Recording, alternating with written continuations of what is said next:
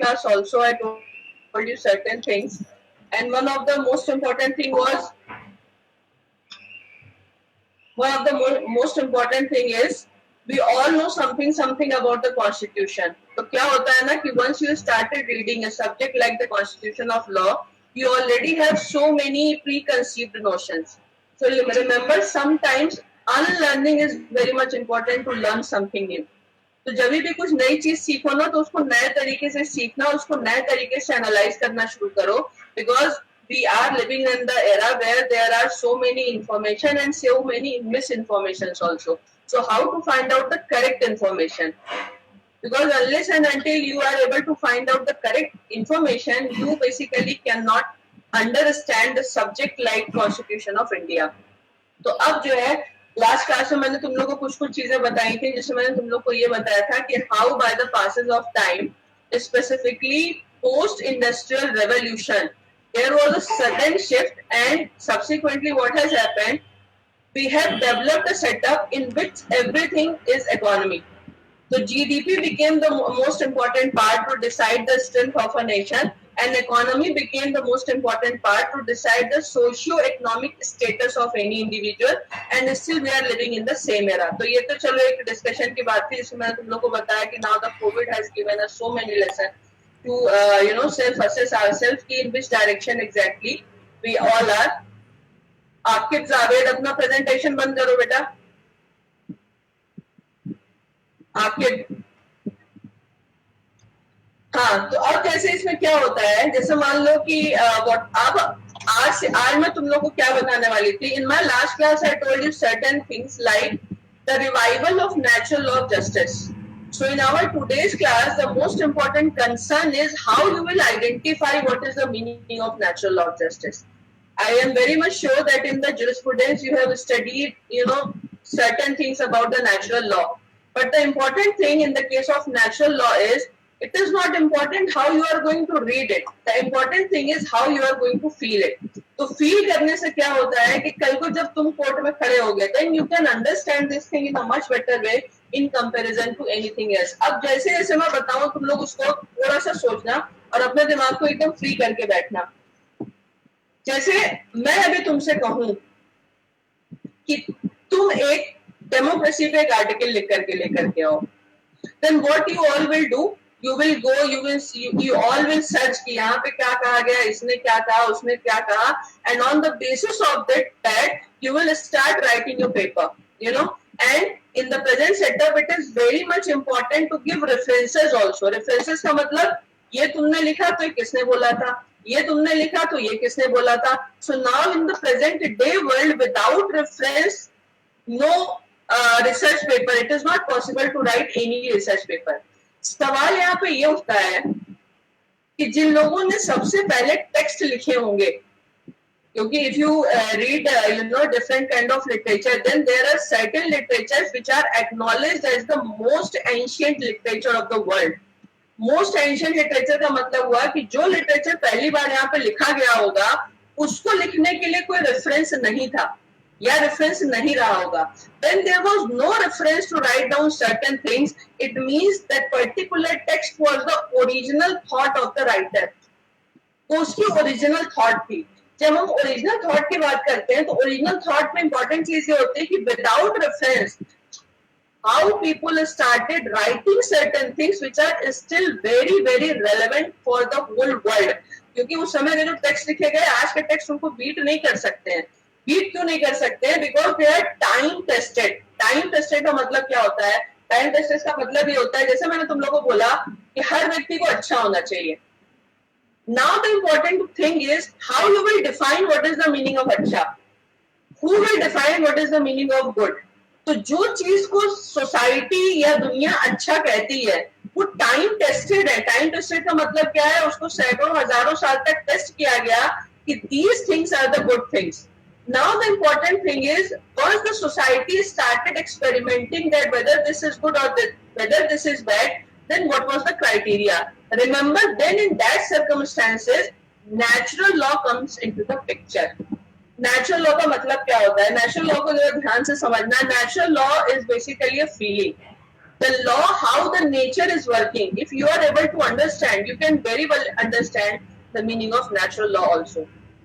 जैसे कि तुम लोगों में से या हम लोगों में से एक चीज हम लोग को सिखाई नहीं जाती, कभी हम इनर जर्नी नहीं करते, यानी कभी हम शांति से बैठ के लिए नहीं सोचते हैं कि हम खुद एक्चुअल में क्या है, या what is our relationship with rest of the universe और रेस्ट ऑफ द अर्थ और rest of the living thing. तो नेचुरल लॉ की जो शुरुआत होती है, the beginning of the natural law is nothing else but it is a kind of self realisation. थोड़ा सा तुमको हम लोग साइंटिफिक बैकग्राउंड बता देते हैं ताकि तुम लोग को ये चीजें समझने में आसानी हो. अभी जैसे 7 बिलियन सेल्स से ये ह्यूमन बॉडी बनी हुई है, 7 बिलियन सेल से. अब इसमें तुम लोग ने देखा होगा, अगर तुम लोग थोड़ा सा अपडेटेड रहते होंगे, कि पुरानी जितनी भी थ्योरीज चलती थी कि इस तरीके से एवोल्यूशन हुआ, वो सारी थ्योरीज स्ट्राइक डाउन हो चुकी हैं. And one new theory which has been proved by the scientist, that is known as the stardust theory. तो स्टारडस्ट थ्योरी क्या कहती है? स्टारडस्ट थ्योरी ये कहती है कि यूनिवर्स में एक विस्फोट हुआ और वो जो एटॉमिक पार्टिकल बने, उन्हीं से पूरे ह्यूमन बीइंग, उन्हीं से पूरे यूनिवर्स की रचना हुई. And the human beings are the creature of the same thing. So human beings are the creature of the same thing. Is human body is nothing but that is a collection of atoms. Any living or non-living thing, I think तुम लोग में से जिन लोगों ने science पढ़ा होगा उनको ये चीज समझ में आ रही होगी. Any living and non-living thing, what is basically that? That is basically a collection of atoms. जैसे जब तुम लोग आर्टिकल 19 पढ़ते हो, तो 19 में, या जैसे आप लोग बहुत देखते हैं डिस्कशंस एंड डिबेट्स में, हमें जानने का अधिकार है, हम जानना चाहते हैं. Freedom of speech and expression, right to know is our fundamental right. So the important issue is what basically we are trying to know. Knowledge has different aspects.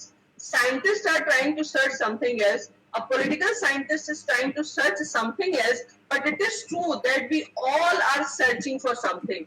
So that, you know, that urge for search, that is basically the purpose of Article 19(1) when we talk about freedom of speech and expression, or when we talk about what exactly we want to know. ये जो अर्ज थी human being की जानने की कि actually हम क्या है, इसी से इंसान ने नेचुरल लॉ को क्रिएट किया है. कैसे नेचुरल लॉ को क्रिएट किया, इसको तुम ध्यान से देखना. अगर हम यूनिवर्स में होने वाली अलग अलग एक्टिविटीज को देखते हैं, तो उसमें इंपॉर्टेंट चीज क्या होती है? जैसे तुम लोगों ने साइंस पढ़ा होगा तो तुमको मालूम है कि unless and until there is some energy, anything can not move. So if something wants to move, then definitely in that circumstances, some type of energy is required. तो जब human evolution बढ़ा and they started, working on these things, so there are so many things. Like you just think about the universe. Earth is revolving, Moon is revolving, planets are revolving. But what is the source of their energy? वो energy उनको कहाँ से मिल रही है? Nobody knows it. Nobody knows it. So there is a search to find out that what is the source of this energy, which is basically controlling the entire universe. इसका source क्या है? इन सब चीजों ने धीरे धीरे इंसान को एक, या फिर जैसे तुम लोग देखते होंगे कि इस पे अभी इंडिया में तो बहुत रिसर्च बहुत पहले हो चुकी थी, पर बाहर अभी भी इस पर रिसर्च हो रही है. Every cell has a consciousness. What is the meaning of consciousness? Consciousness का मतलब होता है, जैसे तुम लोगों ने अगर बायोलॉजी पढ़ी होगी तो बायोलॉजी में तुमने देखा होगा कि एम्ब्रियो, जाइगोट, यानी यूनिसेलुलर से आपके मल्टी सेलुलर बॉडी बनती है और एक सेल अलग अलग सेल्स में डिवाइड होती है. Now what is the most unique part? Most unique part is कि वो ये जानती है कि उसको कब तक ग्रो करना है, उसकी ग्रोथ कितनी होनी है, और ग्रोथ करने के बाद उसको किस पर्टिकुलर ऑर्गन में कन्वर्ट होना है. और इसीलिए तुम लोग जब देखते होगे कि ऑर्गन ट्रांसप्लांट की बात होती है तो डॉक्टर कहते हैं नहीं, इनका ना मैच नहीं कर रहा है ऑर्गन. मैच क्यों नहीं कर रहा है? Because every cell is very much unique in itself. Even अगर आपके पेरेंट्स का भी आप मिलाओगे तो आप कहते हैं लगभग मिल रहा है, लेकिन पूरे तरीके से नहीं मिल रहा. So this is the biggest mystery for the entire scientific, temperament, that how basically these particular cells are conscious about the growth. अब तो आदमी अनंत काल तक नहीं बढ़ता है, एक लेवल के बाद उसकी ग्रोथ रुकती है. तो ये सारी चीजें जो मिस्ट्री है, या जैसे आप लोगों ने देखा होगा एक बीज को, उससे एक पेड़ बनता है और वो एक बीज से हजारों फल निकलते हैं और उन फलों में वो लाखों की संख्या में बीज बन जाते हैं. एक चीज से वो मल्टीपल चीजों में रिफ्लेक्ट हो रही है. इसी को आप कहते हो कि there is one source of energy which is basically manifesting in all the living beings. और इसी को कहा जाता है कॉन्शियसनेस या manifestation of a supreme power in all the living beings. अब ये चीजें मैं तुमको क्यों बता रही हूँ, तुम सोच रहे होगे कि यहाँ पे इसकी क्या जरूरत है, और यहाँ पे इसको जानना इसलिए जरूरी है कि जब ह्यूमन बीइंग एग्जिस्टेंस में आया, then they started realising that there is some consciousness in everybody. What is that consciousness? Consciousness क्या होता है? जैसे मैं तो हमेशा बोलती हूँ कि तुम लोगों ने अगर एक पेट भी पाला है, मान लो कुत्ता भी पाला है, और तुम घर में आते हो और कुत्ते ने कोई गलती करी है, कोई तोड़फोड़ करी है, then the dog is trying to hide himself. उसने कोई आईपीसी नहीं पड़ी कि उसको पता चल रहा है कि उसने कोई गलती करी है, but he knows that he has done something which is wrong. अगर आपको कभी कोई नहीं देखता लेकिन आप कोई गलती करते हो तो आपको गिल्ट फील होता है कि हमने गलती करी है। या जैसे अगर कोई आपको गाली दे दे या बुरा भला कह दे तो फिजिकली आपको कहीं चोट नहीं लगी, but you feel so disturb. So this disturbance, this pain, this knowledge, how basically we are going to feel all such things. तो अब क्या धीरे धीरे जो साइंस में एवोल्यूशन हुआ, इंडिया में इसको बहुत पहले से इसके कॉन्शियसनेस के 5 लेवल डिफाइन किए गए थे, और इंग्लिश में उसके वर्ड भी नहीं है क्योंकि साइंटिस्ट अभी तक 2 लेवल तक पहुंचे हैं, पर हमारे यहाँ पे इसके 5 लेवल बताए गए, जिसमें एक होता है अन्नमय कोश, दूसरा होता है प्राणमय कोश, तीसरा होता है विज्ञानमय कोश, चौथा होता है ज्ञानमय कोश, और पांचवा होता है आनंदमय कोश। इन 5 कोशों में कॉन्शियसनेस को डिवाइड किया गया। तो कॉन्शियसनेस का मतलब क्या होता है? कॉन्शियसनेस का मतलब होता है something within you which is basically going to tell you that what is right और व्हाट इज रॉन्ग। तो ये जो कॉन्शियसनेस था, इसी को इवॉल्व कर करके धीरे धीरे नेचुरल लॉ के प्रिंसिपल्स बनाए गए। नेचुरल लॉ के प्रिंसिपल का मतलब ये चीज अच्छी है, ये करनी चाहिए, ये चीज बुरी है, ये नहीं करनी चाहिए। तो इसका बेसिक क्राइटेरिया क्या था? The basic criteria is try to experiment the same thing upon you. If you are feeling good with certain particular kind of behavior, then that is good to all. If you are not feeling good, then in that circumstances you should not do the same thing with other people, with other living beings, क्योंकि उसमें ये माना गया कि ये जो morality का जो मोरालिटी की स्ट्रक्चरिंग हुई वो बेसिकली इसी चीज पे हुई कि आप पर्सनल लेवल पे किस चीज पे अच्छा और किस चीज पे बुरा फील करते हो। सो धीरे धीरे इन्होंने सर्टेन सेट ऑफ रूल्स बनाए, क्योंकि जब आप आज हम कहते हैं कि हमारे कोडिफाइड लॉज हैं, ये है वो है 50 तरीके के, but remember in the beginning of the human civilisation when there was no written law, then too the human behavior was regulated. It means definitely there is some force to tell them that this is something which is right and this is something which is wrong. तो ये जो चीज बताती थी अंदर से कि ये सही है ये गलत है, यही आपकी natural law theory, natural law की थ्योरी है। And basically this natural law of theory is based upon the concept of consciousness, and this doctrine of consciousness is very much applicable in the case of law also. क्योंकि law को जब भी आप पढ़ते हैं, मैंने तुम लोग को उस दिन भी बताया था कि लॉ को if you are going to interpret the law in a very mechanical way, then in that circumstances you are going to kill the law. If you want to understand the law properly, then in that particular circumstances you should try to feel the purpose and the soul of law. और जो soul of law होता है वो basically इस पे depend करता है कि how this particular thing is not going to affect one or two individuals, but what could be the overall impact of this particular interpretation. इसीलिए तुम लोगों ने देखा होगा, कल जैसे तुम लोगों ने देखा कि केशवानंद भारती के केस में उनकी डेथ हो चुकी है। तो ये जो केशवानंद भारती के केस में बेसिक स्ट्रक्चर थ्योरी इवॉल्व हुई जो आज भी चल रही है, वो क्यों इवॉल्व हुई? Because of the far-sightedness of those judges who had basically pronounced this judgment. Kesavananda Bharati judgment को तो खैर हम लोग बाद में डिस्कस करेंगे, बट यहाँ पे बेसिक पर्पज ये होता है कि like a human being law also have a consciousness, and the basic purpose of the consciousness of law is to protect the interest of maximum number of people. जैसे तुम लोगों ने देखा होगा बेंथम की theory, maximum greatest happiness to the greatest number. तुमने Pound की theory पढ़ी होगी जो सोशल इंजीनियरिंग की बात करता है। What is the meaning of social engineering?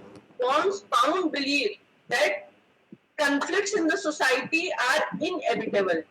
Engineering का मतलब होता है ऐसे टूल को यूज करना जिससे आप कंफ्लिक्ट को मिनिमाइज कर सको। तो what pound is talking about? Pound is talking about theory of social engineering means by using certain tools how you can minimize the conflict in the society. जैसे आज हम लोगों ने सोसाइटी में क्रिएट किया, उसमें क्या एक बड़ा जो conflict है वो environment और इंसान के पैसे की अर्ज के बीच में है, पैसे के लिए वो एनवायरमेंट को डिस्ट्रॉय करता जा रहा है. This is a basic conflict. That's why these days continuously there are discussions about sustainable development model. तो सस्टेनेबल डेवलपमेंट मॉडल का क्या मतलब होता है? The basic purpose of sustainability is the conflict between the nature and the human being should be attained, should be minimized. The conflict should be human being and the nature should be minimized. तो जब जैसे जैसे आप conflict को minimize करते जाते हैं वैसे वैसे आपकी सस्टेनेबिलिटी बढ़ती जाती है. अभी जैसे मैं, और ये याद रखना कि सिर्फ एनवायरमेंट के केस में नहीं लगता, this is equally applicable in all sorts of law. Once you are using the term civilized society, remember there is a difference between civilization and modernization. In the present day world we can say that we are more modernized, but we cannot say that we are more civilized, because in the entire world there are group clashes. The people are fighting against each other, the countries are fighting against each other, and the people are discriminating on the basis of gender, caste, region, religion and so many other things. तो जैसे ही conflict आपके बढ़ते हैं, इसका मतलब ये होता है, उसका एक तो ये होता है कि now it means more number of legislations means it is clear that there are more conflicts, and more conflicts means we are less civilized society. तो आज की तारीख में जब हम कहते हैं ना कि 8,000 9,000 इतने सारे कन्वेंशन, इतने सारे इंटरनेशनल ट्रीटीज हैं, तो इसका मतलब ये नहीं है कि we are more civilized. Obviously we can say but we are more aware about our rights, but simultaneously it is equal a reflection that now the society is more modernized but it is less civilized. तो conflict जो है वो किसी भी society में अच्छा नहीं होता. The basic purpose of the theory of consciousness is basically to minimize the conflicts. So when you read the constitution there are so many types of conflicts. conflict होते हैं state और individuals के बीच में, conflict होते हैं center और state के बीच में, conflict होते हैं गवर्नर और चीफ मिनिस्टर के बीच में. conflicts अलग अलग तरीके के हो सकते हैं. तो basically whatever type of conflict is there, how you will try to minimize the conflict, and if the conflict is inevitable, इसको हम आगे चलकर डॉक्ट्रिन में तुम लोग को डिटेल में बताएंगे. if the conflict is inevitable, then in that circumstances whose rights should be given the first priority, means whose rights should be protected first. So the first and the most important thing is to avoid conflict, and the second important thing is in those circumstances when the conflicts cannot be avoided, then in that circumstances whose rights should prevail. All these things are basically the part of the Constitution of India. तो जब आप Constitution को पढ़ते हो तो Constitution में एक चीज आप याद रखना, this theory of consciousness is a very important part. इसी को आप natural law of justice कहते हो.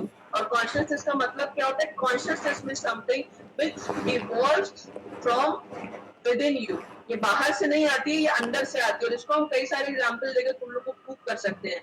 और वो बात अलग है कि हमारी क्लासेस वर्चुअल है तो मुझे भी, मेरी भी एक लिमिटेशन हो जाती है बोलने की, बट इसमें याद रखना सबसे पहले जैसे एक छोटा सा हम लोग को एग्जांपल बताते हैं कि सेल्फ रियलाइजेशन से कैसे रियलाइज हुआ कि how much importance should be given to what. जैसे मैं अभी तुम लोगों से पूछूं, जैसे मैंने शायद लास्ट क्लास में भी तुम लोगों को बताया था, मैं अभी तुम लोगों से पूछूं कि हमारे ह्यूमन एग्जिस्टेंस के लिए what are the basic required thing.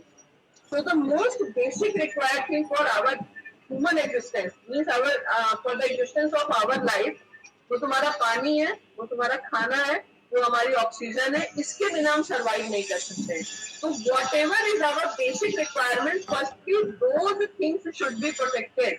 If we are not able to protect our water bodies, if we are not able to protect our trees, if we are not able to protect our forest, if we are not able to protect our land, who is basically producing grains, then in that circumstances we cannot survive for so long.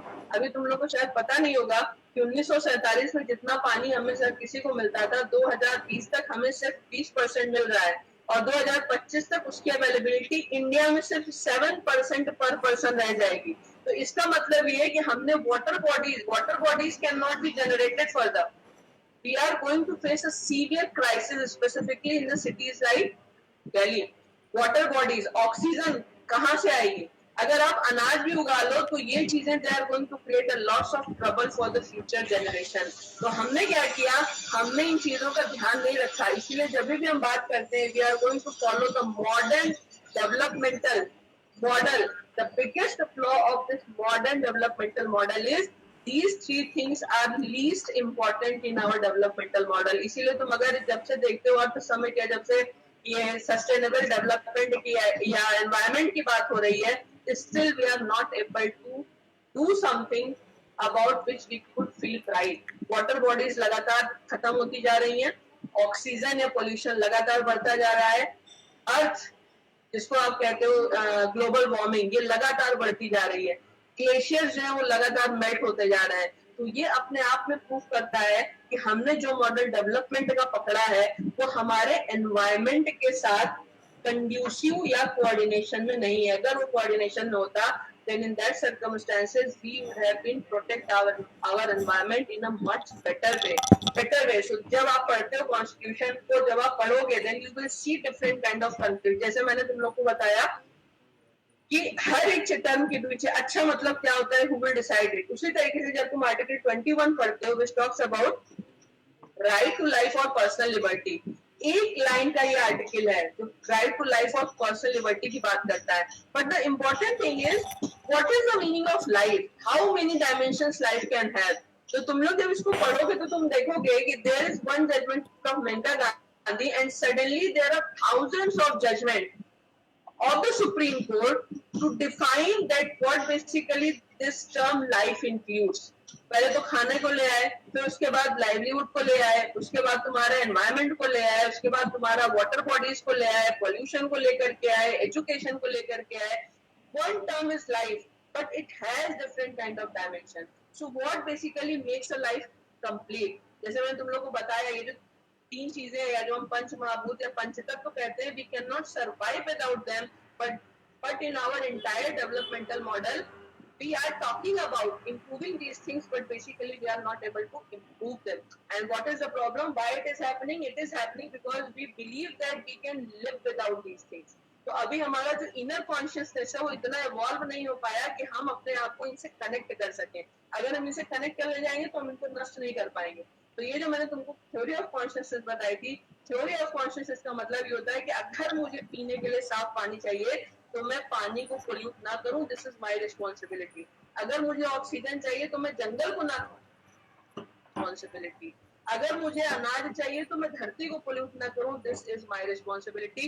But unfortunately we all are wanting good things for us, but we are not able to take our responsibilities. और इसका एक reason क्या है? उसका एक बहुत बड़ा reason है कि that in the entire world we created a society which is more right centric. और अगर नेचर को अगर आप ध्यान से देखोगे तो जो नेचुरल लॉ बना, नेचुरल लॉ का सबसे जो बेसिस इंपॉर्टेंट कोर है वो ये है कि every natural thing is performing it's duty. बादल पानी देता है, नदियां जल देती हैं, पेड़ ऑक्सीजन देते हैं, धरती अनाज देती है, सूरज रोशनी देता है, हर कोई दे रहा है. So what is the basic role of all the components of the nature? They all are involved in giving something. सूरज का एक सेटअप है कि 24 घंटे में इतने टाइम पे उगेगा, इतने टाइम पे अस्त हो जाएगा. अगर सिर्फ 18 से 20 घंटे लगातार सूरज ना निकले तो 2 दिन के अंदर 3/4 आबादी पूरी दुनिया से खत्म हो जाएगी. This is the power of sun. So sun is regularly following a pattern. Earth एक पर्टिकुलर स्पीड से घूमे चली जा रही है, उसकी स्पीड चेंज नहीं हो रही. That is the duty of the earth. So every natural thing is basically performing its duties besides human beings, because human beings are more concerned about their rights कि हमको कितना मिले और हम कितना ले लें. इसीलिए आप देखोगे कि ये जो हमने एक ड्यूटी सेंट्रिक सोसाइटी से राइट सेंट्रिक सोसाइटी की तरफ शिफ्ट मारा, the entire humanity is going to suffer because of that. And in the present circumstances 60 to 65% of flora and fauna on this earth has been destroyed. वो खत्म हो चुका है, उसको हमने खत्म कर दिया. और क्यों खत्म किया? सिर्फ एक चीज के कारण कि हम सिर्फ लेंगे, हम देने के लिए नहीं बने हैं. इसीलिए in our constitution also personally I believe that there is a major flaw, and the flaw is the entire constitution. We are very much silent about our duties. We are talking about fundamental duties, but remember only 10 or 11 fundamental duties, even they are also not enforceable by the law. They are not going to be very instrumental. Duty means something which should कि self driven. तो जब आप natural law की बात करते हो तो इसका मतलब होता है you are going to follow the law of the nature, and basic law of the nature is you should believe in your duty. That is the first thing. The second important thing is all the living and non-living components of this earth should be equally respected.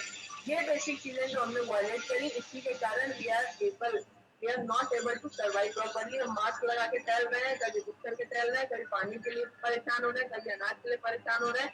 So remember, this is the basic thing. So once you are going to interpret the law, you should always remember these fundamental things. और इसका एक बड़ा simple सा फंडा होता है कि जो आपको अपने साथ होते हुए अच्छा नहीं लगता वो आप दूसरों के साथ मत करिए। अगर आपको कोई मारेगा, आपको नहीं अच्छा लगता, तो आप दूसरों को नहीं मारेंगे। इसी बेसिस पे आपकी आईपीसी बनी। आपके यहाँ पे कोई चोरी करे तो आप दूसरों के यहाँ नहीं करेंगे। इसी बेसिस पे आपकी प्रॉपर्टी के प्रोटेक्शंस बने हैं। आपकी डिग्निटी को कोई हर्ट करे, आप दूसरों की डिग्निटी को हर्ट नहीं करोगे। इसी की बेसिस पे आपकी डिग्निटी से रिलेटेड राइट्स बने हैं। तो ये सारी की सारी चीजें कहाँ से आई है? ये आपके सेल्फ कॉन्शियसनेस से आई है। When you started realizing that if I am not liking something, if it is going to happen to me, then I should never do the same thing with others. And this is the on the basis of this basic philosophy of consciousness, basically we interpret the law.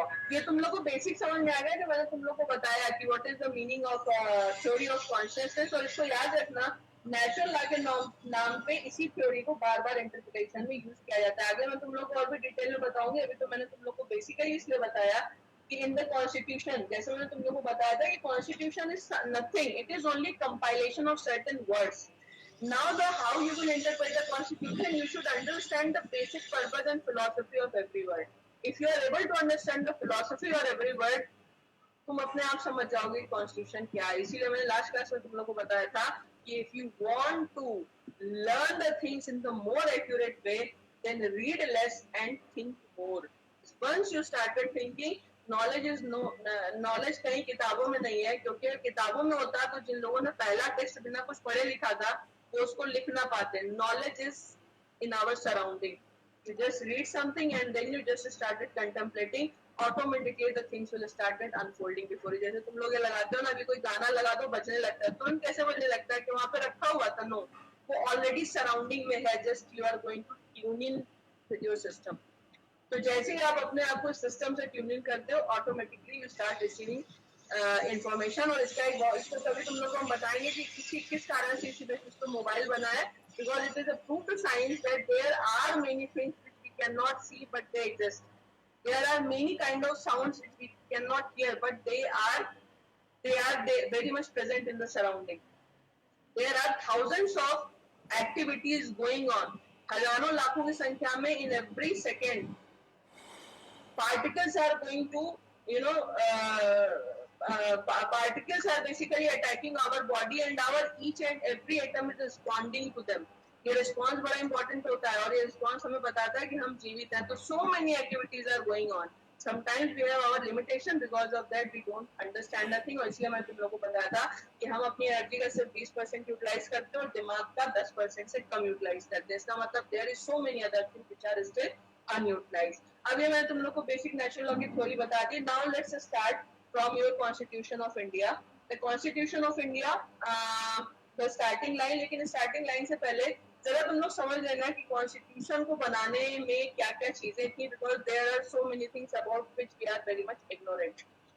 एक तो तुम लोगों को पता है कि Britishers came to India and at that point, मैंने last class में तुम लोग को बताया था कि वो आए थे एंड देयर वाज, वो आए यहाँ पे and they have their set agenda. They came into the form of east India company just for the purpose of trade, but subsequently they started ruling। Britain ने लास्ट किया। मैंने तुम लोगों को लास्ट क्लास में बताया था किस तरीके से all the Commonwealth countries, they were basically the colony of the Britain, and how the Britain exploited culturally as well as economically all these colonies। और उनके लिए लॉ भी बना। इसलिए मैंने तुम लोग को बताया था कि in all the Commonwealth countries you will find a lots of similarity among the laws which are prevailing in those countries, because majority of these legislations have been enacted by the British Parliament। जब britisher यहाँ पे आए तो बहुत ज्यादा हम पीछे नहीं जाएंगे, पर कुछ कुछ चीजें तुम लोग समझ लो इसको कि कैसे हुई थी चीजें इसमें। When they left India, पहले तो ये चीजें ये याद रखना कि they decided to leave India suddenly। That was not a plan. After the Second World War, they decided to leave India suddenly. क्योंकि हमारे यहाँ पे तुम लोग के सिलेबस में कॉन्स्टिट्यूएंट असेंबली डिबेट नहीं पढ़ाई जाती. बहुत डिटेल में मैं नहीं जाऊंगी, but definitely I am going to tell you certain things. Once the cabinet mission, जब भारत आया, and it was decided कि constituent assembly बनेगी and they will make a constitution, but there was a precondition कि India बटेगा, India and Pakistan में, और बटने के साथ साथ they have one more precondition that all the princely states should be allowed to decide that whether they want to live with India or they want to live with Pakistan. ये उस समय cabinet mission में decide हुआ था. So that's why when you read Constituent Assembly debate and the history of that particular time, Gandhi ji was always against the creation of the Constituent Assembly. वो क्यों विरोध कर रहे थे? वो इसलिए विरोध कर रहे थे because उनको लग रहा था कि this Constituent Assembly, this is something which is based upon a malified intention of Britishers. और इन्होंने ये जो एजेंडा लगाया कि इंडिया को डिवाइड करने का, इसके पीछे भी इनकी कोई ना कोई चाल है. So Gandhi is constantly opposing the Constituent Assembly. He was saying that this is not the fit time, this is not the good time to make the constitution. और वैसे भी तुम लोग भी इमेजिन कर सकते हो कि country is dividing, the people are migrating from one country to another country, and lakhs of people, because there was a huge number of riots across the country. बहुत बड़े पैमाने पे दंगे हुए, लोग मर रहे थे, and the Constituent Assembly was making the constitution. But at that particular point of time, one of the very important challenge before the constitution makers, especially Sardar Patel की जब हम बात करते हैं, there were basically two types of states.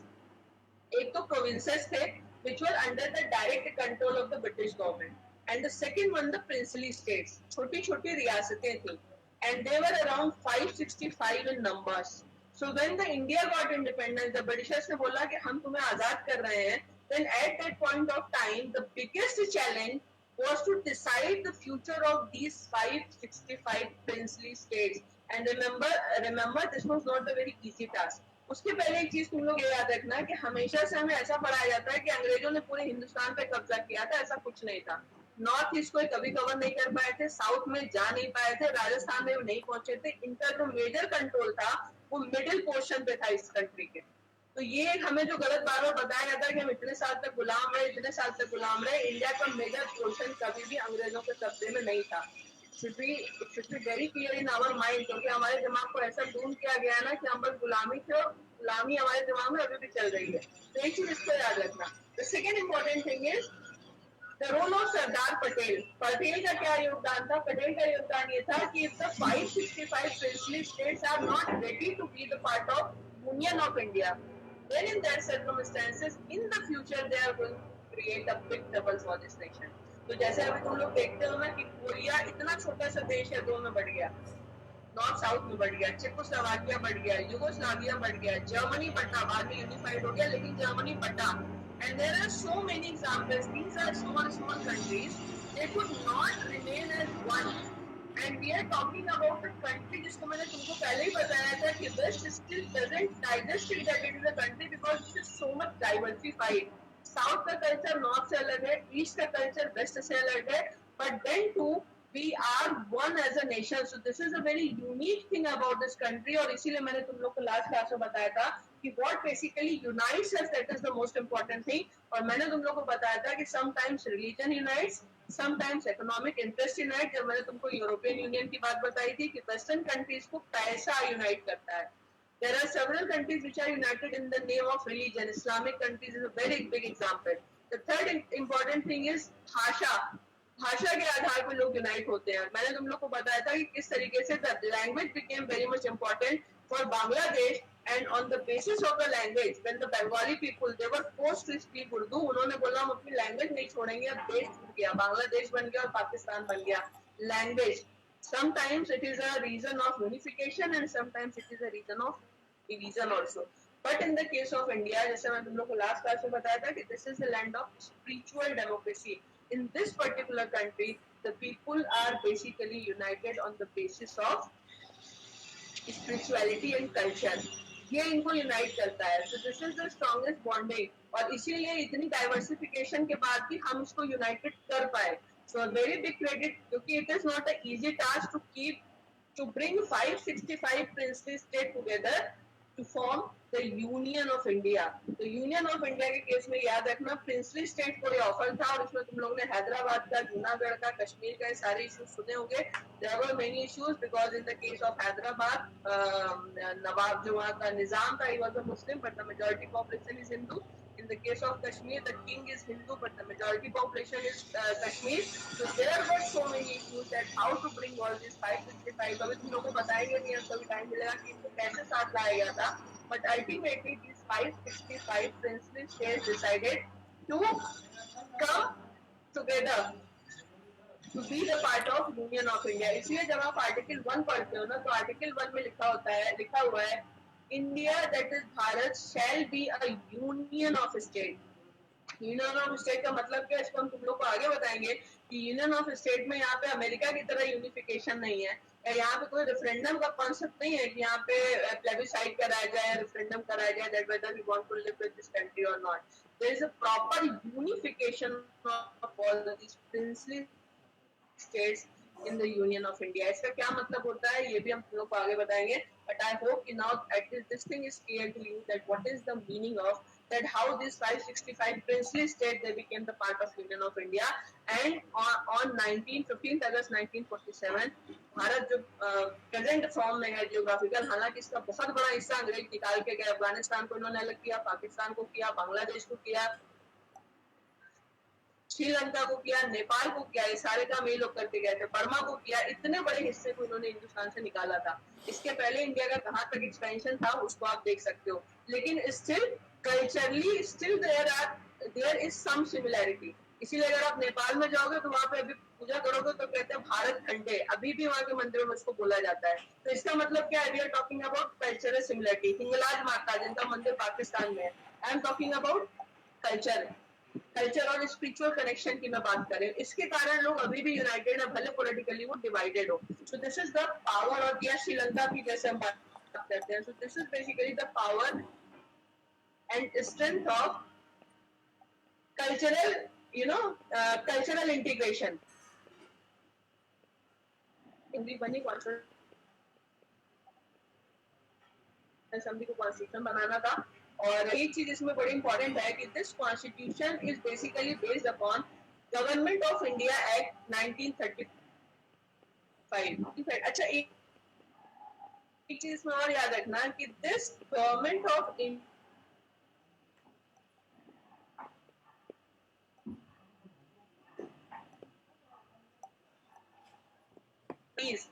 Establishment of India Act, this constitution have been made.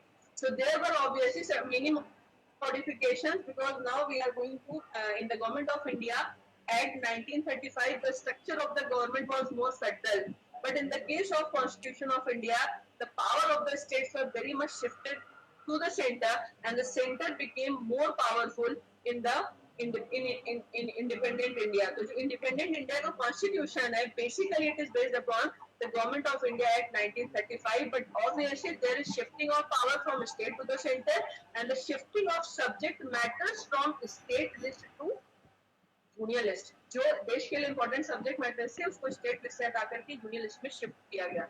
So all those things has basically happened in the once we started making constitution of India. जब constitution of India बनने लगा तो एक चीज में और याद रखना, ये बड़ी यूनिक चीज है, आगे मैं पता नहीं है मुझे याद रहे कि ना रहे।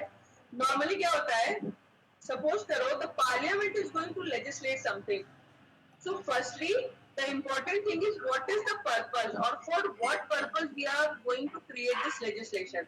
तो पहले उसका ऑब्जेक्ट होता है या उसकी प्रियम्बल होती है, ऑब्जेक्टिव होता है, and to fulfil that particular objective various kinds of provisions are kept. But in the case of Constitution of India, firstly they made entire constitution and preamble was written at the end।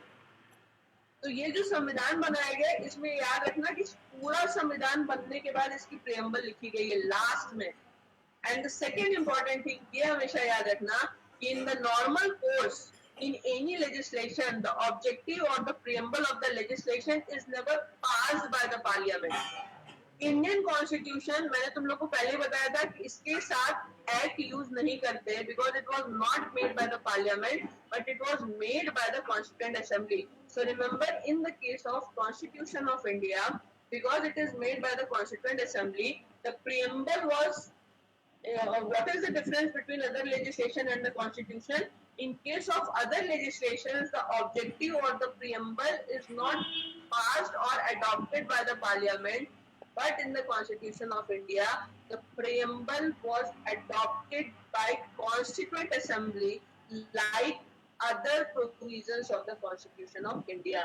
That's why in case of this constitution, preamble is also the part of the Constitution of India. बाकी legislation में उसको part नहीं माना जाता, क्योंकि वो जो है उसको preamble को parliament pass नहीं करती, provisions को pass करती है.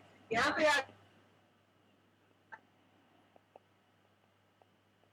constitution ये इसका हिस्सा है, and it was decided by the Supreme Court. In the case of Kesavananda Bharati, Berubari union के केस में बोला गया था कि हिस्सा नहीं है, but केशवानंद भारती के केस में when this thing was brought to the knowledge of the court that the preamble was also adopted by the Constituent Assembly like rest of the provision, then the Supreme Court has said that the preamble of the Indian Constitution is also the part of the Constitution of India. अब इससे क्या फर्क पड़ता है part होने या ना होने से, इसको मैं तुम लोग को बाद में बताऊंगी when we will discuss the case of Kesavananda Bharti. अब जब ये संविधान बनने लगा, इसका preamble बना, जो मैं तुम लोग को बताया कि लास्ट में बना, the next important question was what should be the starting line of the preamble. तो तुम लोगों ने देखा है पहले अलग अलग लोगों के ओपिनियन थे कि शुरू होती है we the people of India, you know, we the people of India. It is a declaration basically.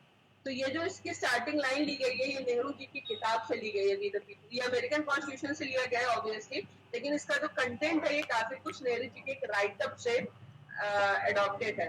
ये जो तुम्हारा आपका प्रीएम्बल है, we the people of India, it is very much like the American Constitution. और constitution में हम मानते हैं कि सबसे पुराना कॉन्स्टिट्यूशन अमेरिका का है. हालांकि उससे भी पुराना कॉन्स्टिट्यूशन, उससे भी पुराने समय से इंडिया में कुछ रिटन लॉज चलते थे जिसको कि यहाँ पे फॉलो किया जाता था, बट अनफॉर्चुनेटली उसको दुनिया में कहीं भी रिकॉग्नाइज नहीं किया गया, क्योंकि मैंने तुम लोग को बताया था कि यहाँ के लोगों के कॉन्स्टिट्यूशन को कहीं दिखाया नहीं जाता.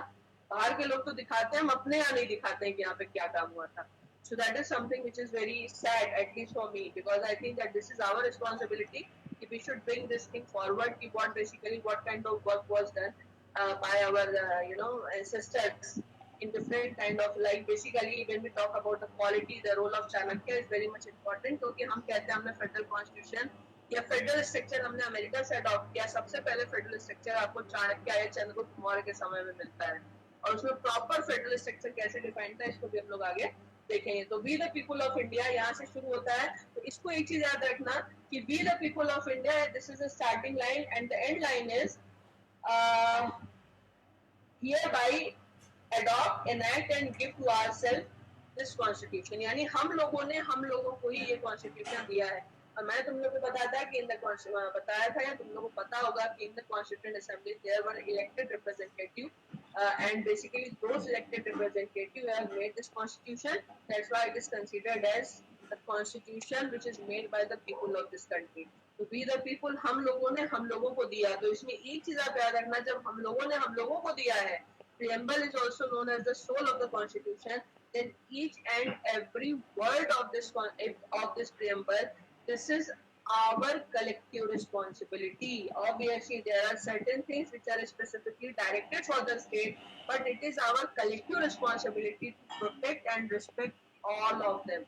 हमारे यहाँ प्रॉब्लम क्या होती है, जो मैंने तुम लोग को बताया कि वी डू नॉट रिस्पेक्ट. और रिस्पेक्ट हम क्यों नहीं करते हैं? हम चाहते हैं हमारे साथ तो हमेशा अच्छा हो, बट हम ये नहीं सोचते कि हम दूसरों के साथ अच्छा करें. And that is the reason of the conflict. Once we started accepting this thing that we should be good to others also, then automatically the conflicts would be minimized. तो ये जो कॉन्स्टिट्यूशन है, इसमें चाहे जस्टिस हो, liberty हो, equality हो, fraternity हो, everything is the collective responsibility of each and every citizen of this country, because this constitution was made by us and it was given to us by the people of India. मतलब भारत के लोगों ने बनाया और उन्होंने खुद को ही दिया हुआ है. So this is our collective responsibility. That's why this preamble is very much important. ये जो ऑब्जेक्टिव भी बताती है, डिस्क्रिप्शन भी बताती है और ये डिक्लेरेशन भी बताती है. डिक्लेरेशन मतलब कि क्या क्या हमें करना है, डिस्क्रिप्शन का मतलब जस्टिस का मतलब क्या होगा डिस्क्राइब करती है, लिबर्टी में क्या क्या चीजें आएंगी वो बताती है, इक्वालिटी में क्या क्या चीजें आएंगी वो बताती है, ये ऑब्जेक्टिव बताती है कि हमें क्या क्या अटेन करना है. And ultimately it says that basically this is the collective responsibility of all of us. So this was the basic idea about the constitution and the background of the constitution. Now if you have any question, because it is already 2:22, from the next class we will start from article 1. But if you have any question, then you may ask so that I could answer your question. Haलांकि offline method is not very comfortable method, but anyways if you have any question you may ask. Chat box में भी पूछ सकते हो और ऐसे भी पूछ सकते हो. Any question?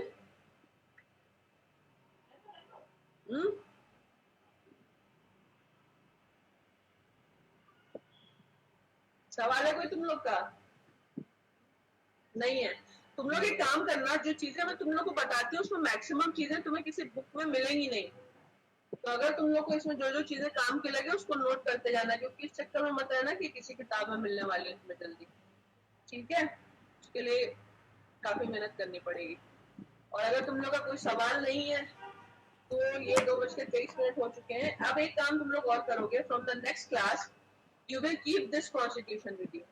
ये वाला खरीदना जो बख्शी का आता है, पीएम बख्शी का, वो वाला मत लेना जो तुम लोग खरीदते हो. इसमें कमेंट्रीज भी हैं. So this is more important for you. This is more useful for you. So keep this constitution with you. ठीक है, वो वाला कॉन्स्टिट्यूशन बिल्कुल मत लेना. तो पतला वाला आता है. और इसमें तुम लोग एक चीज और देखना जो कभी हम तुम लोग को बताएंगे, स्पेशली जब फंडामेंटल राइट्स हम कभी पढ़ाएंगे, अभी तो पढ़ाना नहीं है. अगर तुम लोग को मौका मिले या तुम लोग आज ऑनलाइन जा करके, ये ओरिजिनल कॉन्स्टिट्यूशन नहीं है. This is not the original constitution. और ताजुब की बात यह है कि इस देश के 3/4 से ज्यादा लोगों ने ओरिजिनल कॉन्स्टिट्यूशन नहीं देखा है. तुम लोग आज जाकर के इंटरनेट पे देखना कि ओरिजिनल कॉन्स्टिट्यूशन कैसा दिखता है. Because I have seen that even जजेस haven't seen the original constitution. और वो जानना तुम्हारे लिए बहुत जरूरी है, क्योंकि जो मैंने तुम लोग को बताया कि कॉन्स्टिट्यूशन को आप हवा में इंटरप्रेट नहीं कर सकते. By the culture is very much important, by the philosophy is very much important. अंदर ही इसकी फिलोसफी लिखी हुई है ओरिजिनल कॉन्स्टिट्यूशन में. अगर तुम लोग को नहीं मिलेगा ऑनलाइन तो तुम लोग देख लोगे. तुमको मैं नेक्स्ट क्लास में दिखाऊंगी कि ओरिजिनल कॉन्स्टिट्यूशन कैसा दिखता है. और उसको देखने के बाद तुमको ये भी समझ में आएगा कि जो पीछे का बैकग्राउंड और जो टेक्स्ट है क्या उसमें कोई संबंध है क्या. और ये तुम लोग बड़े सरप्राइज होकर के जान के कि मुझे ही लगता है कि ये इनकम्प्लीट कॉन्स्टिट्यूशन है. Why it is incomplete? Because there are so many pictures inside the original constitution which are missing into it. But remember, those pictures are equally important to interpret the constitution. उनके बिना हम constitution का interpretation कर रहे हैं, इसीलिए we are missing so many things.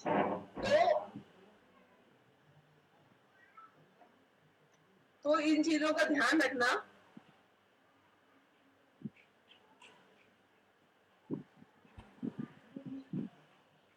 नहीं, ये जो जयदीप सिंह ये जो तुमने लिखा है ना, ये सही नहीं है. 95% डेट नहीं होता. 95% एक तरीके का अनकॉन्शियस होता है जिसको हम एक्टिवली यूज नहीं करते हैं. तो ये जो तुम्हारा ये 100% का है, this is wrong. I don't know from where you have read it, but I think ना यू शुड 95% अनयूज का मतलब ये नहीं कि 95% डेड है. You know the both the things are entirely different. इस पे कभी और बात करेंगे तुमसे. ठीक है. एनीवेज, अब तुम लोग को समझ में आ गया ना. तो अब कल से तुम लोग कॉन्स्टिट्यूशन लेके बैठोगे और जो मैं आर्टिकल प्रोविजन वाइज पढ़ाऊंगी, आर्टिकल वाइज जो मैं पढ़ाऊंगी, तुम उसको उसी हिसाब से जो जो चीजें मैं बोलूंगी उसको लिखते जाओगे. राइट. तो now it's I think it's more than enough for today. तो कल मिलते हैं हम लोग फिर, because it is 2:26 and I think you have to go for the next class also, and 1 hour is almost over now.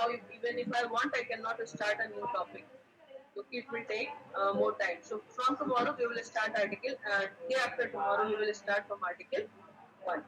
Okay.